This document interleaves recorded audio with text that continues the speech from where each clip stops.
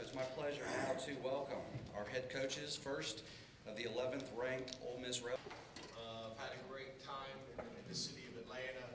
What I'm happy about is that Adisa put that out on social media, and this was one of the few ones that Lane didn't retweet with a smiley face, because Adisa's playing in the game. Able to continue to grow and learn. I think that, there's probably a lot of things I don't do well.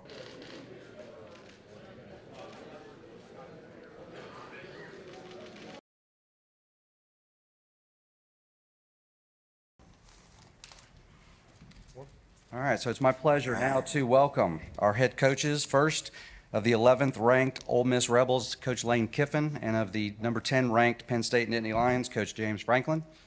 Coaches will begin with an opening statement. Lane, start with you and just talk about how the week has been, the experience in general, and maybe how this compares to other bowl trips that you've had.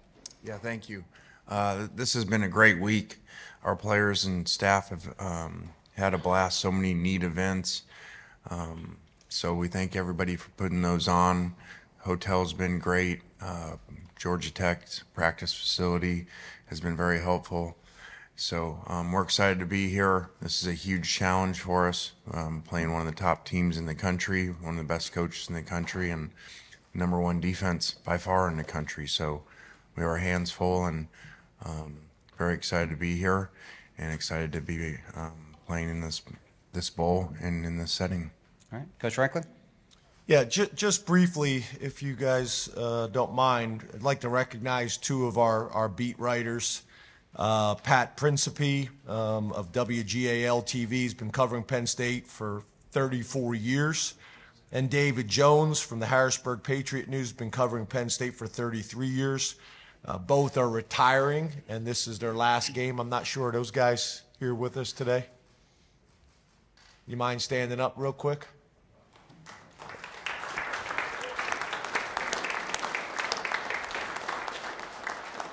Appreciate you guys. Yeah, we've had a great experience. We've been here almost a full week.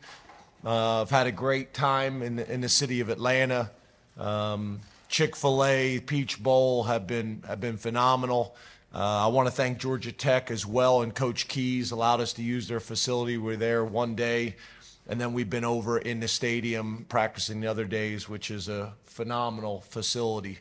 So we've had a great experience. Been treated in a first-class manner. The hotel's been great. I've had a chance to interact with Lane, which has been really good. We have a lot of coaches and friends in common, but we haven't really spent a ton of time together in the past. We were at the Dodd dinner last night, which was a great event.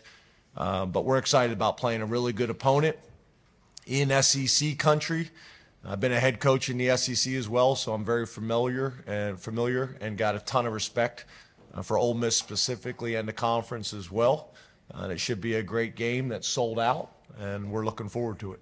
All right, thank you, Coach. All right, we'll go ahead and move into questions for the coaches. If you would, raise your hand. We'll get a microphone. Please give us your name and your affiliation and to whom you're addressing your question. Where are we going to start? Okay, let's start right here in front row on the left side.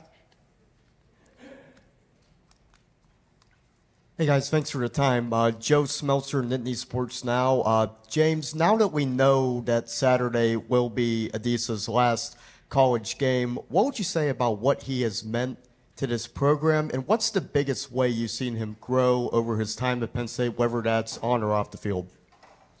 Well, what I was happy about is that Adisa put that out on social media, and this was one of the few ones that Lane didn't retweet with a smiley face, because Adisa's playing in the game, so that was good. But yeah, Adisa's a great Penn State story. Kid out of Canarsie High School in New York, has really come to Penn State and thrived. I think you guys all know his story, and his family really maximized his time and experience at Penn State.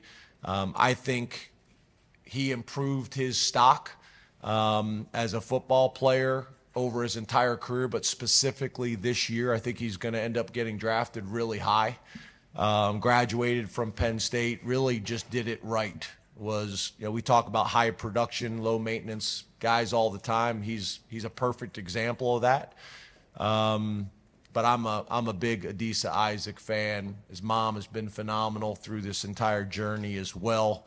And I think he's just a really good example. You know, I'm still a big believer in the college athletics model, and I think Adisa is a perfect example of a young man that took advantage of that, and specifically Penn State. And I'm looking forward to watching him play this last game. I think he's gonna play really well. All right, we'll stay on the left side, second row. Hey, right here. Jared Parker, 6 News. My coach is for Coach Kiffin. My question's for Coach Kiffin. Some of the Penn State defensive players have taken note of your team's tempo, and I know the Penn State defense versus the Ole Miss offense has been a topic of discussion this week. What do you expect the Penn State defense to kind of throw at you to disrupt your tempo tomorrow? Well, maybe James will answer that question for us. I don't know. I think it's very complicated with new coaches, with Manny moving on. So I think everybody, that first assumption is, oh, that's great for the opponent because the coordinator's not there. But that's also complicated because play callers have tendencies. So we don't know what really to expect. We know that it's a major challenge of phenomenal players and a really good scheme. And I don't think the coach matters as play caller. Under Coach Franklin, the defense plays really hard, regardless of who the coordinator is, and they have a special thing over there with the way that they play and the style that they play. So this is a huge challenge. All right, next question. All right. Fourth row on the left. Coach Franklin, Greg or Paul? Excuse me? Greg or Paul? Greg or Paul? Look at Chris. What do you say? The question is Greg or Paul? I'm not following you. Kincaid or Paul? Don't worry about it. Yeah. Okay, that really didn't work out the way we had planned. It's early, and I haven't finished my first cup of coffee. Kincaid. Yeah, Kincaid. This is for both coaches. What have you guys decided in terms of will you or will you not have sideline iPads and also in-helmet communication for this game? I'm still trying to figure out what that was. Was it like some inside joke that Yes. we were supposed to know? Yeah, I guess I was specifically. I'm still not totally. Okay. Yeah. But yeah, I think the way the NCAA set up the bowl was that both teams had to agree to use the technology, and for whatever reason, you know, we've not decided to do that, so we will not be using it from what I understand. But that was an option. Yeah, we decided on our side not to. Just we're used to a system in college football how it's been, and I don't know necessarily with the style that we play that would be as beneficial to us as maybe it would be to some other people. All right, I'm staying on the left side in the third row. Rich Scarcella, Writing Eagle. This is for Lane and James. Lane, what have you seen from Penn State quarterback Drew Aller? And James, what have you seen from Ole Miss quarterback Jackson Dart? Yeah, I think he does a phenomenal job taking care of the ball, first off, and commanding the offense, getting the ball to the right place. And then when it's not there, breaks down, does a really good job of vertical scrambling and making plays and moving the sticks. So those guys are always really challenging because they're going to win a lot of games by the style that they play. They complete the ball, they don't turn the ball over, and they don't make negative plays. So they've done a great job. Yeah, you know, Jackson and Ole Miss, I think the thing that jumps out from my perspective is balance. And a lot of times when you talk about balance, people think you're talking about running the ball 50% of the time and throwing the ball 50% of the time. And the reality, they have done that too. I think, you know, maybe the perception of Lane and Ole Miss is throwing the ball all over the field. But their running back is a challenge, and I think they do a great job of running the ball and running into advantageous looks.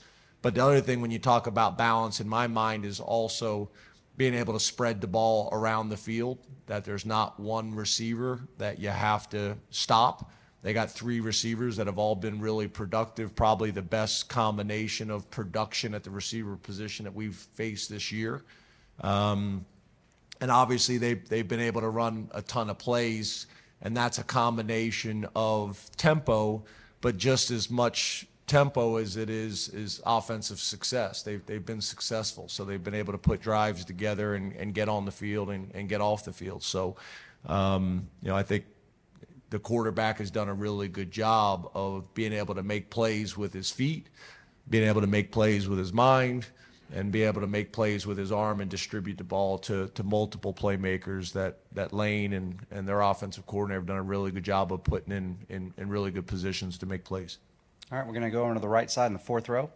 For Coach Kiffin, you've embraced social media and haven't been afraid to speak your mind publicly. Was there a moment in your career or something that happened that allowed you to feel comfortable start doing that more often? Yeah, actually, it started when a long time ago the NCAA allowed us to direct message kids on Twitter, but we couldn't text on our phones. So that leads into a lot of rules that make no sense and ones that we live in now. But so really that's why it started. So as a coach, that was your only way to communicate in certain periods of the year. And then it kind of just grew from there. And really just, I think the reaction of, you recruit so many kids out of your own area, no matter where you are, for the most part, that it's kind of a connection that sometimes when a parent comes to visit or you go into a home visit, maybe you haven't met them before and they feel like they have, and they say, wow, I love following you on Twitter. And it's kind of a starter where it all kind of starts the relationship with someone. And, so I think in that way it's been helpful for us. All right, take our next question right here, front row on the right. Hi there, Ali Barubi, Nittany Nation. For both of you, you're ending the regular season, heading into the Peach Bowl as top 12 teams. What does that say about the state of your program at the end of 2023 and how you can take that into 2024 with a Peach Bowl win for either one of you? Well, I think that, it's been a really exciting season for us. Probably some similarities with 2 losses to 2 of the elite teams in college football. And for us to be in a position in our program, having never won 11 games, is really amazing for these players. And especially to me, the way that we built our team, whether it's right or wrong, is very heavy through the portal. And so a lot of new players. So I commend our coaches and our players of coming together. That's not very easy. Otherwise, free agency, these dream teams, when people put them together in professional sports or NBA, they don't always work. And it takes some unselfishness because they all come thinking that everything's gonna go their way, and then it doesn't, so they gotta buy into the team. So I'm really proud of our guys. And then catapulting into next year, we've had a lot of guys. Again, this calendar is nowhere in other sports. We're in free agency and we're still playing a game here tomorrow. So we have players announcing they're coming back, announcing that they're coming in, and leaving. So I think that we've had a really good, I say off season, but we're in season in that area to lead into next year. Yeah, I think, the way we ended last season with a Rose Bowl win, I felt like the momentum was a real positive for our program, whether it was recruiting, whether it was transfer portal, whether it was just a general feeling and excitement, with our fans, with the media, with our players in the locker room. I think that was helpful. I think in some ways, obviously, a bowl game is the ending of the previous season, but in a lot of ways, you can also look at it as the start of the next year. I think our programs both are similar in some ways, but very different in others. We have not been a big transfer portal team. We've been more of a traditional high school recruiting team, but we do accent our recruiting through the transfer portal. And we're excited. We're excited about playing this game and playing this opponent, and hopefully playing well enough that, again, we can have this momentum going into the offseason for recruiting, for spring ball, for the confidence that a lot of players that are going to play in this game that maybe haven't had as significant of roles earlier in the season. So I think there's just a ton of reasons why this game is important for both programs, and looking forward to playing it. All right, we'll take our next question all the way in the back. This is for Coach Kiffin, Andrew Clay, Nittany Nation. Coach, I wanted to follow up on something you said about preparing for Penn State's defense, knowing there's a different play caller. Anthony Poindexter has been a defensive coordinator at other places. Do you find there to be an advantage in studying how he's called defenses in the past at past jobs, or is that kind of irrelevant given that there's so many other circumstances? Again, I don't think you can figure that out because it's very abnormal.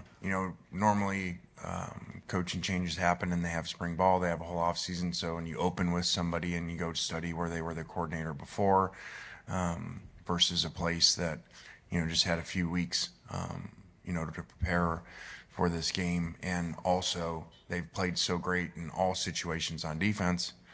I mean, the guess would be that there wouldn't be a whole lot of change, when they put their players in such good position and played so well. So I don't really know that answer.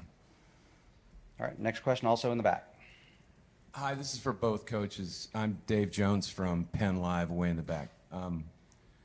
With the transience of the portal and opt-outs, just recently, in the last few years, have either of you guys embraced any kind of overall philosophy about keeping the team engaged, keeping everyone together? Has it been more of a challenge or not for bowl games and prep for bowl games? Yeah, we were discussing it a little bit last night. To be honest with you, I think that's the challenge, right? This is new. This is new to all of us, and it's really changed year by year. Transfer portal windows, NIL. I think all these things have changed. So I think that's one of the more difficult things. Is I think in the previous structure, you could kind of rely on past experiences, but this has been a moving target. I think we're both trying kind of different approaches and trying to figure out what is the best thing for both of our programs. But I think it's a challenge for everybody right now. This is I think one of the more challenging times in college athletics, and specifically football. Specifically when it comes to, like Lane mentioned, the calendar. And the bowl games specifically, and obviously the information that the players are getting from multiple, resources. All right, next, all on the camera platform in the back. Back here. Lane, through these practices this week and the last couple of weeks, I know you've always mentioned, how much is at stake to become the first team to win 11 games and continue this momentum with recruiting, all that stuff. But from the player side, how would you kind of assess their sense of urgency throughout these practices for this game? Yeah, to finish the second part of that question, because you look frustrated that you didn't get the other part. I'm not saying this because he's here. I think that Penn State and Coach Franklin really has been a model of whatever they do of how to do this, as far as guys not going in the portal, guys not opting out for games.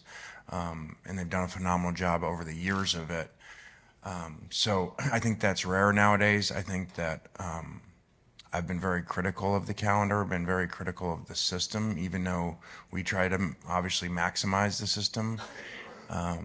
But it's really not good. In talking with a lot of coaches over the last 2 weeks, there's been a lot of struggles, and it's a poor system. You don't have free agency during the season. That doesn't happen, and so with no parameters around it, and that's what we're dealing with. And talking to coaches around the country, dealing with players coming in, and they're going to opt out for the game, or they're going to transfer if they don't play this many plays, or they don't get this much money. I mean, well, what are we talking about?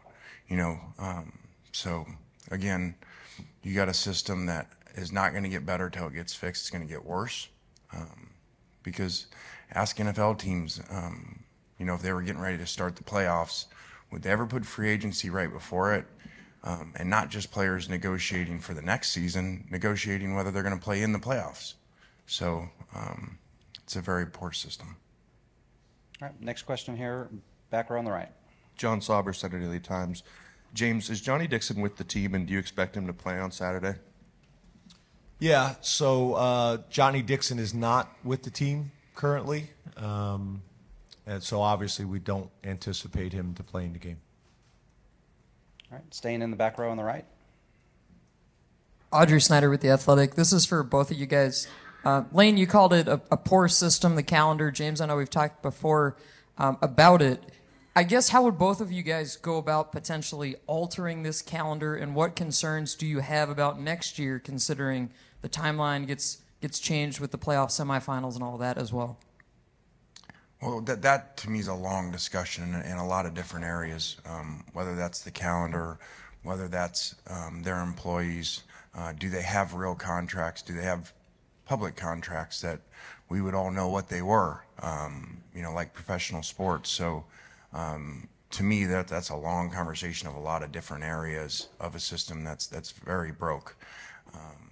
But again, I'm not complaining, don't get me wrong. We try to maximize the rules and what they are to create the best team that we can, the most competitive team. But it's really, again, you just heard my kind of speech on it. It makes no sense, and it doesn't happen anywhere in professional sports to have a system like this, where, again, you have free agency that now you can go in whenever you want, and you can go in multiple years and change teams whenever you want, and you can change before postseason happens. So I don't know why that's really good, and it certainly isn't good for academics as they continue to transfer, continue to lose credits. So this was, in my opinion, not thought out at all, and now a two-time transfer was really not thought out. Yeah, I think, Chip Kelly made some comments a few weeks ago, and I think he said some things publicly that a lot of coaches have been talking about privately for a while. I think Lane obviously brings up some really good points as well. I think at the end of the day, and I've said this before, I think the reality is, a commissioner of college football would be valuable. I think there's a reason for a commissioner of college football to be able to work with the commissioner of the NFL, because I think the NFL should be working with college football. And then I think the commissioners of the major conferences really all need to get into a room together and really spend some time working through all these issues. And I think Lane's point is a good one. We could talk about this for a long time, but right now, the way I see it, the commissioners of the conferences are the best people to solve these problems. Get them all into a room together. You could have representation from the NCAA as well, the NFL, and sit down and really start from scratch. A whole new calendar, a whole new model, recommendations, and I think that's really how this is going to get done moving forward. But it needs to happen, and I think it needs to happen quickly. Right now, there's no parameters, there's no guardrails, and I don't really feel like it's in anybody's best interest.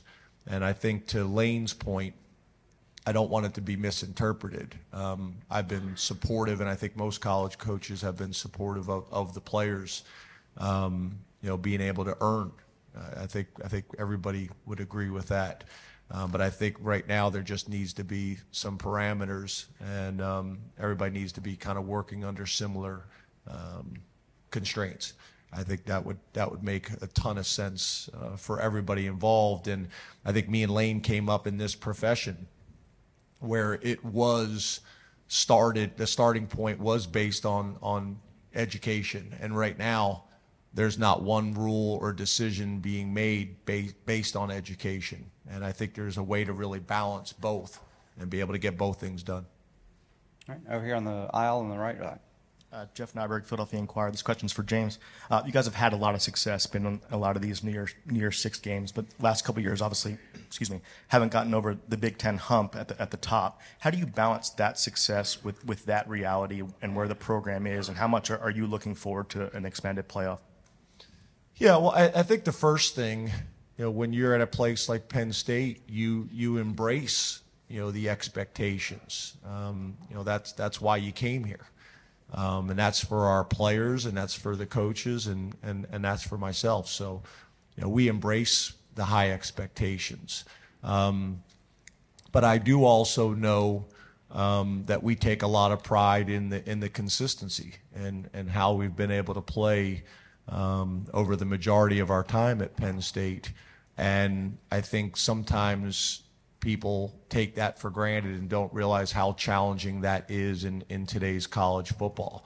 So For us, it's being appreciative and recognizing what we have done well, but then also taking a deep dive and being very, very transparent, and saying, where do we need to grow? How do we get better? And how do we attack those things? And I think one of the things I've been pretty vocal about is, really our first year with alignment, from the chair of the board to the president of the university to the athletic director who played football in the Big Ten, and myself.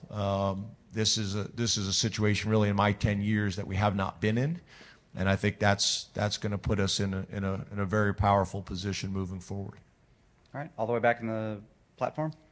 Joseph Doring, WLBT. Coach Kiffin, your career has taken you from West Coast to East Coast. Now, obviously, here at Ole Miss, you've had a lot of experience in these past 2 decades, but just to be able to get here today, if it were this time next year, we would be talking about a playoff. But right now, if you'll just take me through what it's like to be a head coach and how you got here to this point.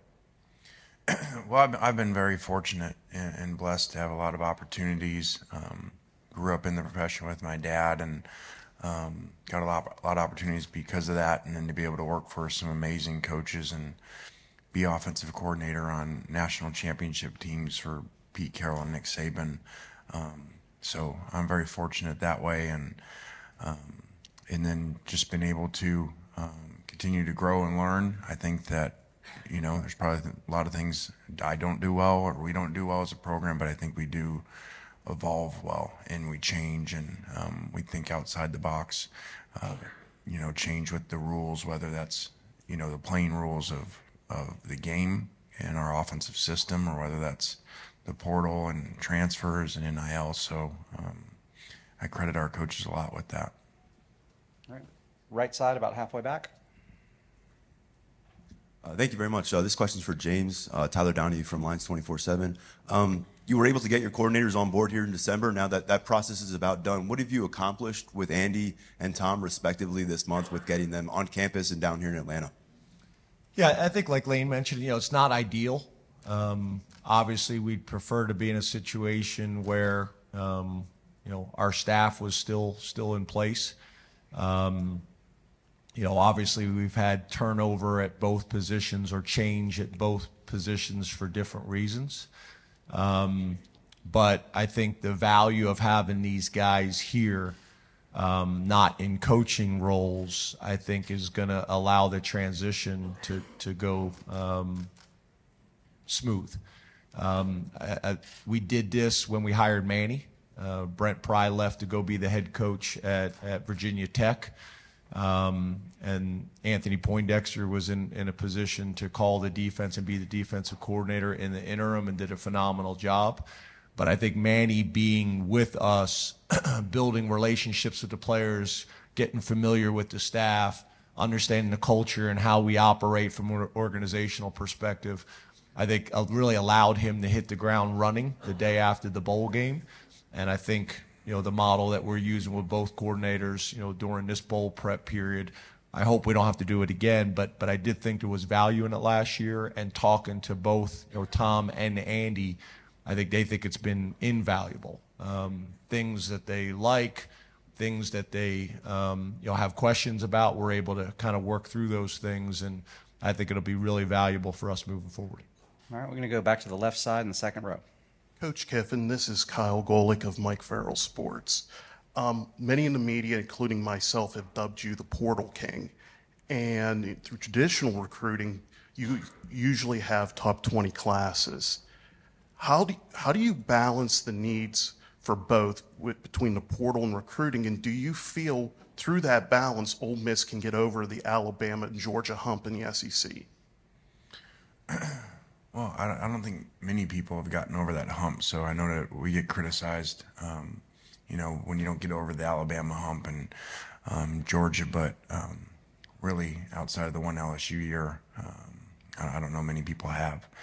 But in my opinion, you build a roster, you build a roster different depending on where you are and a lot of variables. And where we are at Ole Miss, I just feel that this is the best way to do it. We're very heavy portal, probably is, whatever, top 10% teams, and I just think that's the way to do it where we're at. And that may change someday, even where we're at, as we maybe experience more success on the field in games like this, and are able to sign more five-star type of high school players. So it just is what it is now, and I think eventually the rules will change some too, and we'll just continue to evolve with that. And there's a good and bad to all of it, you know.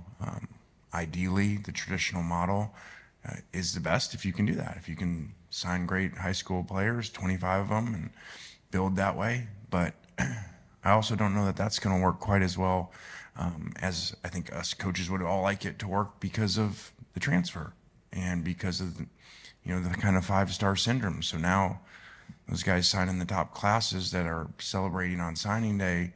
I don't think that celebration is probably quite as much as it used to be, at least down in our area. Like I said, James has done the best job of keeping players, probably anybody in the country, but a lot of these others, as you look at the classes the last 2 years, these five-star guys aren't paying off. You know, they're getting them into their program. Let's be honest, they're paying a lot of money for them. And then when it doesn't go exactly right, they're in the portal and they're going to someone else. So I think that there is no exact way to do it, and you got to do it different depending on where you're at. All right, back to the middle of the platform in the back. Lane, you were just mentioning that Alabama-Georgia hump, and this question's for both of you coaches. Do you kind of see similarities in the two of your programs, in Ole Miss and Penn State, kind of being close to the top of that conference and kind of working your way to get over there to, you know, be at the number one kind of spot? I guess starting with you, Lane. Well, Penn State and Coach Franklin, they've been doing this for a long time. You know, he's been in these type of games for a long time. I think I read something where maybe the only team that could win all of them for all the New Year's Six Bowls. So we're kind of new to this, and you know, that's a big challenge. You know, those are two of the top programs in the country, and like I said off the top of my head, I mean, outside of, you know, going to ask Ed Ogeron and Joe Burrow in the last 10 years, who's really gotten over that hump of those two. So, you know, we'll just continue to work at it. But like I said, they've been up here for a long time as top 10 teams, and you know, we happen to be up here for our second time in 3 years. So we'll just continue to work at it. All right, left side, third row. Yeah, the Neil Riddell from the Altoona Mirror for James. You mentioned that Kalen, you have him for one more game. Just curious now with Johnny, how you'll manage the time in the secondary. How we'll manage the time the playing time. Who else are you counting on in the secondary?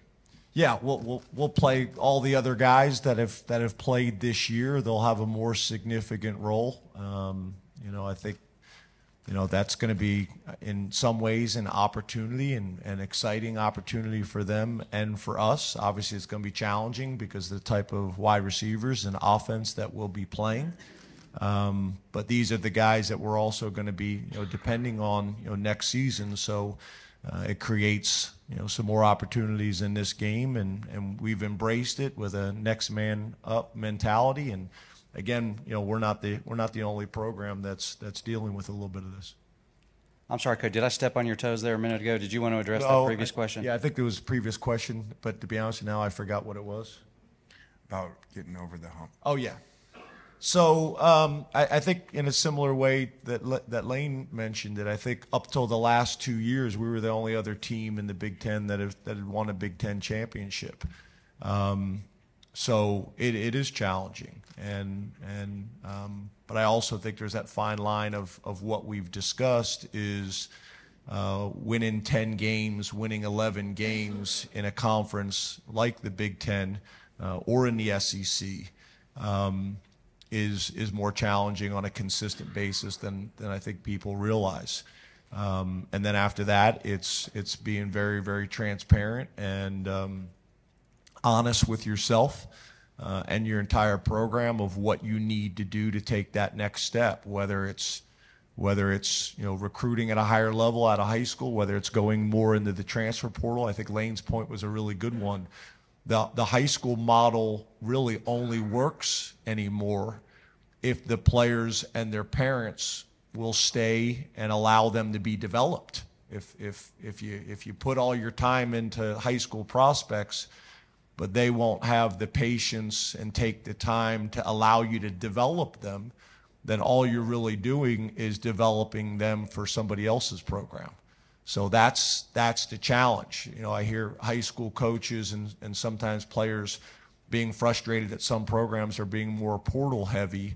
Well, I think that's part of the discussion that needs to happen. Are you gonna come here and allow yourself to be developed over 4 to 5 years? The problem is none of them see themselves that way. They all think they're going to be the 3-year model. So it's challenging, and I think all of us have to look at our programs specifically and the regions of the country that we're in, and what's going to be in our program's best interest moving forward. And they're not easy discussions. All right, we've got time for a few more. We'll go next to the front row on the right. Hey, Lane. Hey, James. Megan Hall with USA Today and For the Win. Wanted to ask both of you these questions because I asked your players and your staff, no pressure, because they had great answers, so I'm counting on both of you. James, for you, Wawa or Sheets? So you're putting me in a tough spot. It's kind of like we're in Central, for everybody in here that maybe doesn't cover Penn State closely, we're in Central Pennsylvania, so right in the middle of the Eagles and the Steelers. And I grew up just outside of Philadelphia, so I'm a Wawa guy. But now I live in Central Pennsylvania, and it's Sheets. Lane's looking at me like I'm crazy. He probably doesn't know what Wawa or Sheets is. But I think I got to stay with Wawa. I got to stay with my roots and kind of where I grew up. But I have really learned to appreciate Sheets being in Central Pennsylvania. All right, Lane. So And I'm willing to negotiate if Sheets or Wawa would like to work with our players moving forward with some NIL opportunities. I think I'm willing to negotiate. And if they don't, respond to his negotiations the way he wants, he's not going to coach the game tomorrow. So. That's what we deal with now.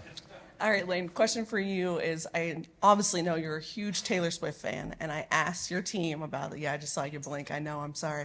But I asked your team what their favorite Taylor Swift song. So that same question to you, and can you sing it for us? I can't sing, and nor will I right now. Lane, we all think you should, though. I know. I don't know. She's got a lot of great songs. I just think she's really amazing that she can connect to so many people. And, I kind of think a lot of times movies, songs nowadays, it's like how fast can people pump them out and make money. And I feel like hers, she takes a lot of time, and there's a lot of meaning in them, and they can relate to a lot of people. So I don't know that I can pick just one. All right, we're going to go left side, about 5 rows back. Question for both coaches. Shane Thomas with CNHI. James, you talked about the Martin Luther King Museum for your players and that experience. For you, how has that experience been for you, and how significant is it for you? And Lane, what has kind of been your favorite experience from the bowl so far? Yeah, it's interesting because it's kind of going back to what we talked about earlier with, I think, the challenge with college athletics and specifically college football. And when we got into the profession, a huge part of that was the educational component. And I think that's being de-emphasized with a lot of the rules that are being passed, or changes in rules that are being passed. And I think whenever you can take time with your team to pour into them experiences and opportunities, like being able to go to the Martin Luther King exhibit, was powerful. I think the bowl, had it as an optional experience. We made it kind of mandatory for our team. We didn't tell them that it was optional. We just kind of put it on the schedule and went. And I think it was great for all of our players. I know it was great for me personally, as much as I feel like I knew a ton about Martin Luther King and the background and the significance for our country and race relations. I learned a ton myself at 51 years old that I didn't know. and being able to go into the Ebenezer Baptist Church and take that all in was powerful. To think about that time in our country as a black man at 35 years old to win the Nobel Peace Prize is amazing. But I thought it was a great experience for our coaches. I think it was even more powerful for our players. A number of our players had been there before. But also I think through the bowl, we were able to get maybe a different and more significant experience with the tour, which was also great and very, very appreciative. So and we've been fortunate on a lot of these different types of trips to be able to gain some perspective and some experience. So it was powerful for us, and I'm glad we did it, and I would do it again. All right. Coach Kiffin, your favorite experience? Yeah, I thought that both teams being at the College Hall of Fame with so much tradition and history there, and being able to see that, but then to have a competitive environment where they were playing a game show, and it was really neat to see guys be comfortable and be competitive in that environment. So I thought that was pretty cool to be part of. All right, we'll end it there. Coaches, if you would, we're going to do some quick photos here with the trophy, and Gary and Bob.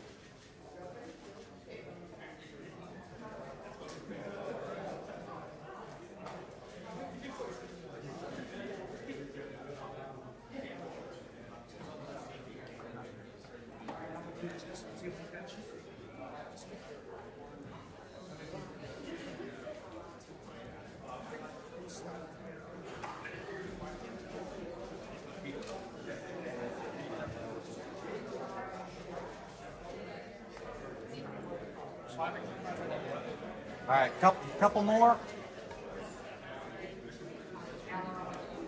All right, in the middle, can you guys get good? I need a cleat camera shot in the back, please. If you're in the aisle, can you scoot down?